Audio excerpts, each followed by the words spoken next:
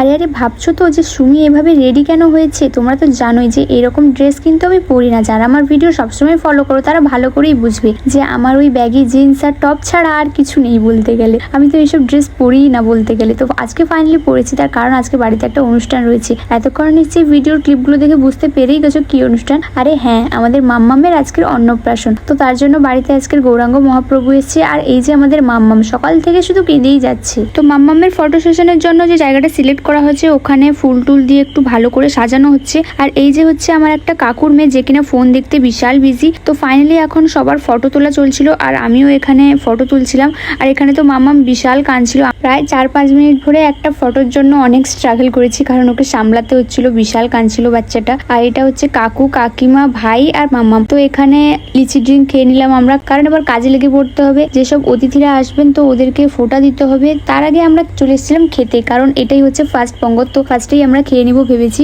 আর এইটা হচ্ছে menu card. তো মেনু কার্ডে তোমরা নিশ্চয়ই দেখে নিয়েছো কি কি আইটেমস আছে, তাই আমি আর নতুন করে বলছি না, নিজের বাড়ির বলে বলছি না। বাট পোলাওটা এত ভালো ছিল যে ভাতের কথা আমি ভুলেই গেছিলাম। পোলাও দিয়ে অর্ধেকের বেশি খাওয়া হয়ে গেছিল। তো খাওয়া দাওয়ার পর এখন আমরা লেগে পড়েছি কাজে। আর কাজ করতে করতে অনেক বেশি কষ্ট হচ্ছিল। আর এটা হচ্ছে এর 4 নম্বর লিচি ড্রিঙ্ক। আর এই বোনটা আর আমি দুজন মিলেই কাজটা করছিলাম। তো কাজ করতে করতে অনেক বেশি টায়ার্ড হয়ে গেছি। আর এরা হচ্ছে আমাদের পাড়ার বাচ্চারা।